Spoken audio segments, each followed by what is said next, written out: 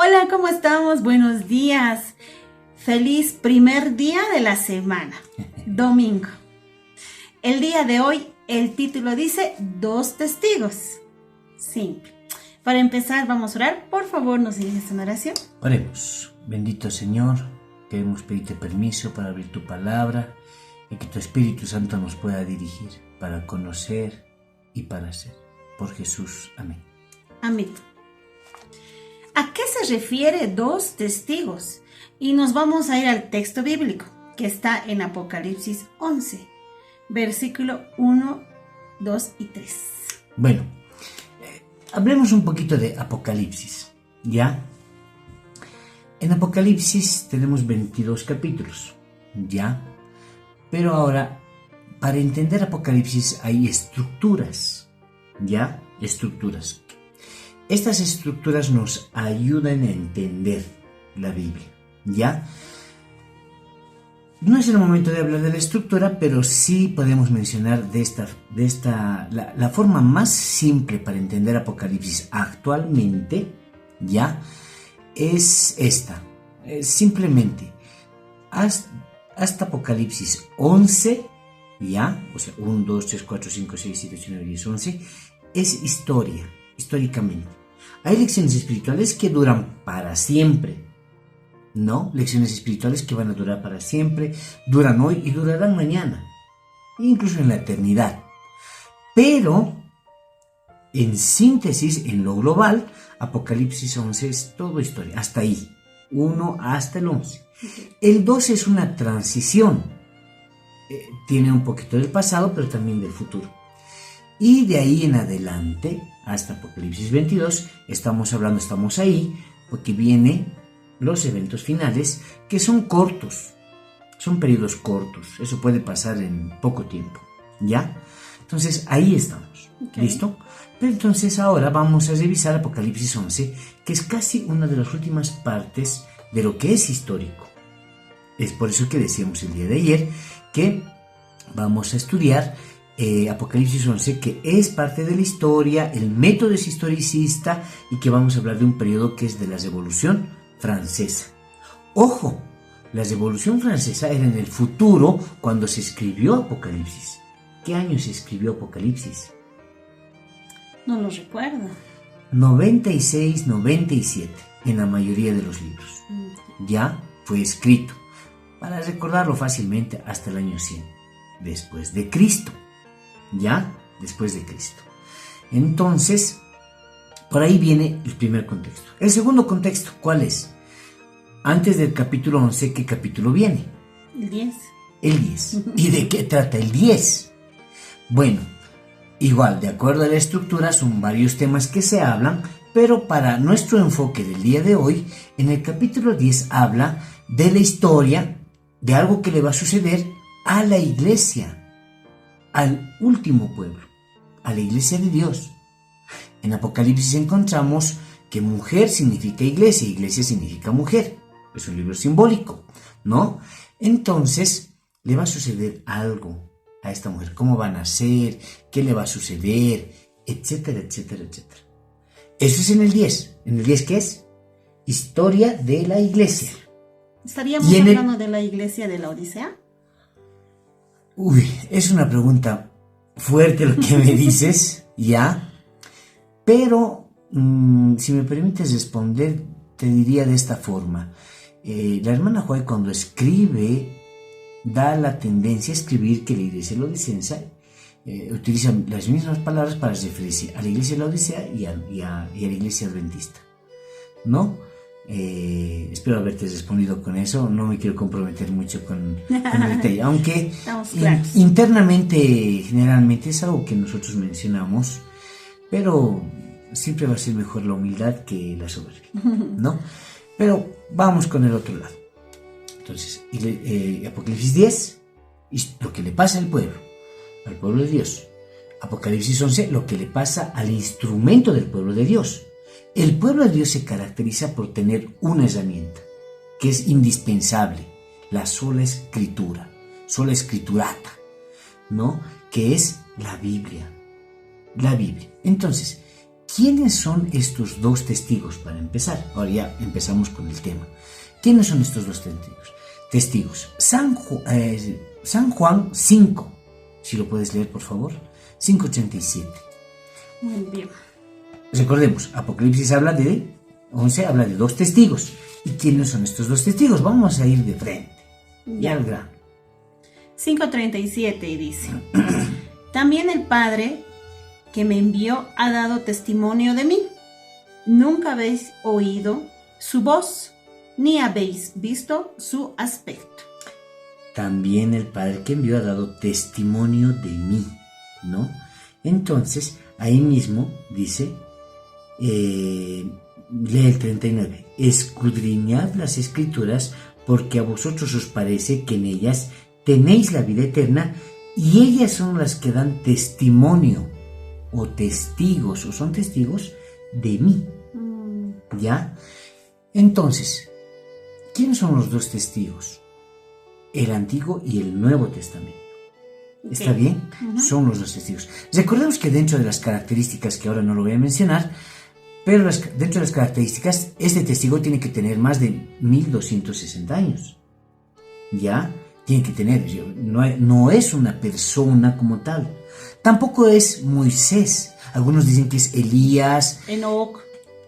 No recuerdo si es Enoc también, pero que son ahí dos testigos. No son dos personas, sino en este caso son dos herramientas que utiliza el pueblo de Dios, que es la Biblia, el Antiguo y el Nuevo Testamento. ¿Está bien?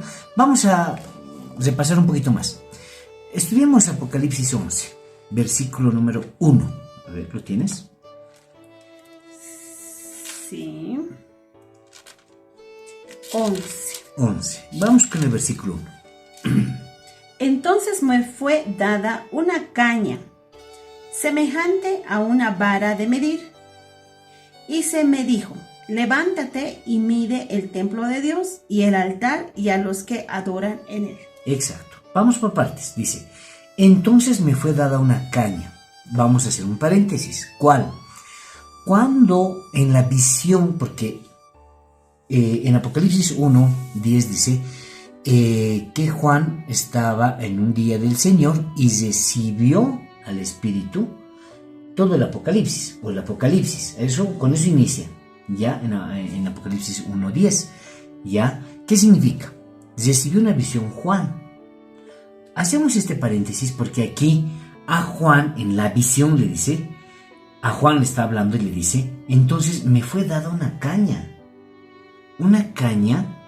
semejante a una vara de medir, ¿no? Entonces, el paréntesis que hacemos es de que aquí el profeta participa de la visión, no solo le muestra. ¿Por qué hago este paréntesis? Porque en algún momento el don profético que tenemos ha sido criticado porque participa de la visión, ¿verdad? En este caso la hermana Huay participa de la visión, y según algunos críticos dicen que no puede participar, solamente debería ser veedor de lo que Dios le da. Pero aquí vemos que el profeta, ¿no? Que el profeta está participando de la visión, porque a él le fue dado la caña para medir. Entonces, hago ese paréntesis solamente para aclarar. Aunque el don profético vamos a estudiar, si mi memoria no me falla, al año vamos a estudiar el don de profecía. Ahí vamos a aclarar más este detalle. Volvemos, cerramos paréntesis. Entonces, me fue dada una caña semejante a una vara de medir. Participa de la visión y le ha dado algo para medir. ¿Qué tiene que medir? Dice. Y se me dijo, levántate y mide el templo de Dios. Hay que medir. Ahora, ¿cuándo mides? ¿Antes de construir o después de construir? Antes. Podría ser, debería ser. Pero en este caso, ¿por qué pide que se mida después de haber hecho? Porque lo que va a medir es algo de lo que han hecho. Mide lo que ha pasado. Mide si está bien. Mide si es correcto. Mide. ¿Y qué tiene que medir? El templo de Dios. El altar y a los que adoran en él. Exacto, pero vamos por partes. ¿Cuál templo de Dios va a medir? Juan, ¿en qué años recibió la visión de Apocalipsis? Antes de los 100 años. 96, 97. Y en ese momento, ¿qué templo había? Estamos hablando del santuario. No del santuario precisamente, del templo, donde sí había lo que tú estás pensando como santuario, ¿no? Estamos hablando del templo de Salomón. Ah, claro, se ha hecho imagen. ¿Qué año se ha destruido eso? Hemos estudiado hace poco. El año 70. Fue destruido ya el templo, pero después de 70, 80, 96, 26 años después, le dice que mida. Pero no que mida el templo de forma literal, porque no existía, sino los actos que estaban pasando. ¿Y dónde? En el altar y a los que adoran en él. No solo era el acto, sino también a los que adoran. Por así decirlo, se podría medir, y está hablando aquí, también está relacionado al juicio. Medir nuestros actos. Y medir los actos en este contexto de Apocalipsis 11, medir los actos de lo que viene después. ¿Estamos bien? Estamos. Vamos con el 2. Pero el patio que está fuera del templo, déjalo aparte y no lo miras, porque ha sido entregado a los gentiles, y ellos hollarán la ciudad santa 42 meses. Exacto. Vamos una vez por partes, ¿ya? Dice en el patio que está fuera del templo, déjalo aparte. Bueno, no a todos tenía que medir. No todos tenían que medir. En el juicio tampoco es, el juicio es a todos. Bueno, es a todos en el primer sentido. En el segundo sentido, no es a todos en el mismo tiempo. El pueblo de Dios va a ser juzgado antes. ¿Cuándo inicia el juicio para el pueblo de Dios? ¿Sabes cuándo? Cuando Jesús pasa del lugar santo al lugar santísimo. ¿Y cuándo pasó eso? En 1844. ¿Qué fecha? 22 de octubre. ¡Ay, caramba! Muy bien. Entonces ahí pasa. Y ahí inicia el juicio. Ahora, un paréntesis también. ¿Ya? Hay en alguna parte de la teología de algunas denominaciones no adventistas que cuando hablan del santuario solo se quedan se quedan hasta el altar, hasta el lavacro, al patio. No entran más en la teología. Es por eso que ellos han dejado lo que hay en el santuario. ¿Y qué cosas hay en el santuario? Primero, estoy hablando del lugar santo y del lugar santísimo. Para ellos, por ejemplo, ha sido eliminada la ley.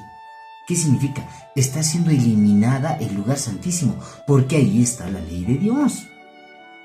En el lugar santo ha sido eliminada la Biblia.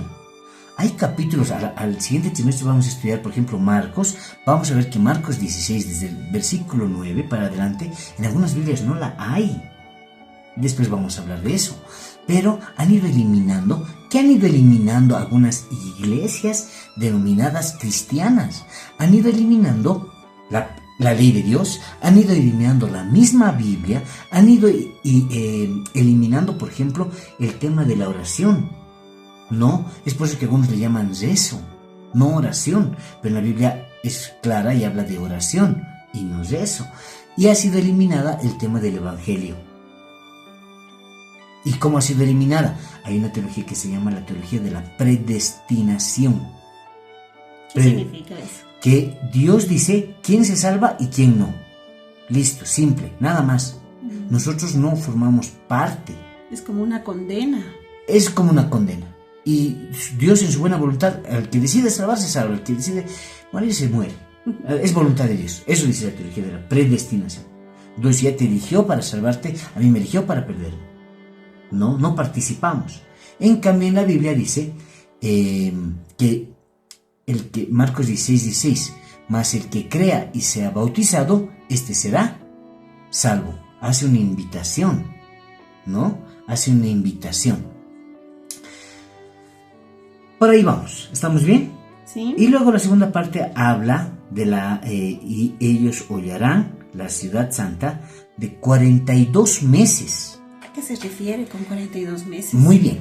Entonces, en la Biblia vamos a encontrar desde Daniel, vamos a encontrar 3 fechas que son la misma fecha, pero en diferente idioma. Ejemplo, una hora, en horas, ¿cuánto tiempo es una hora? Una hora, 1. En minutos, 60 minutos. En segundos, 60 segundos. No, sería un minuto. Claro. En una hora, ¿cuánto sería? 60 por 60, 6 por 6, 36. 3.600 segundos. ¿Ya? 3.600 segundos. Pero los 3 significan una hora. Son diferentes idiomas, pero significan una hora. Lo mismo, el mismo resultado. Muy bien, vamos por partes. Tiempo, tiempos y medio tiempo, ¿cuántos años es? Tiempo es 1 año. 1 año. Tiempos 2 años. Hasta ahorita tenemos 3 años. Y medio tiempo es mitad de año. Medio año. 3 años y medio. Y si vamos en meses, 1 año 12 meses. 2 años 24 meses. Más medio año 30 meses. No, 6 meses. 24 más 6. Claro. Y en total nos da 42. 42 meses. Entonces, en tiempos son 3 años y medio. En meses 42. Y cada mes vale 30. Calendario judío. 30 por 42. 1260 meses. 1260 días. 10. Que equivalen a 1 año. No. 1260 equivalen. 1260 equivalen. Una vez más. En tiempos equivale 3 años y medio. En tiempo. En meses, 42 meses. En días, 1262. Sí. Ahora, yo sé que tú dices, pues, día por año, ¿no? Día por año y serían años. Sí, eso ya, pero viene después. Vamos a ver, más adelante. Sí, te adelantas, ¿no? Pero ahí está.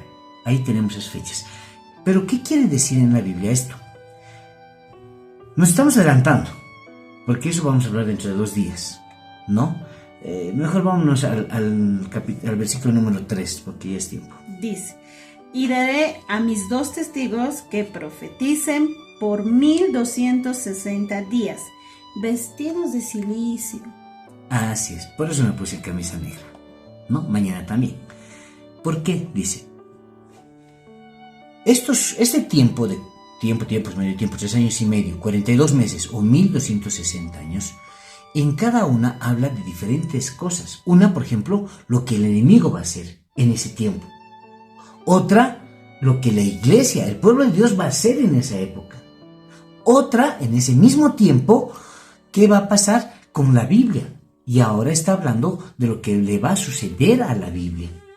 Y ahí el versículo termina con vestidos de silicio. ¿Qué es silicio? Cuando había un luto en el tiempo antiguo, ya nosotros de luto nos ponemos de negro. Esa es nuestra forma de luto, ¿no? Como cultura lo hablo, ¿no? Como cultura. Pero en esa época, el tema de vestirse de silicio hablaba de vestirse de duelo. Estos 2 testigos se van a vestir de duelo. Va a suceder muertes. Eso está profetizando en Apocalipsis 11. Va a haber muertes. Se van a vestir de luto, de negro. Van a llorar. Va a haber sufrimiento. Eso menciona en este caso el versículo. ¿Está bien? Todo duelo trae tristeza. Sabemos. Es una etapa muy dura. Sin embargo, sabemos que va a haber una luz. Así que vamos a estar estudiando estos días, pero el mensaje es que todo cuando está oscuro siempre hay una luz al final. Y obviamente va a ser el amor, la esperanza, la fe, la confianza que depositamos en nuestro Señor.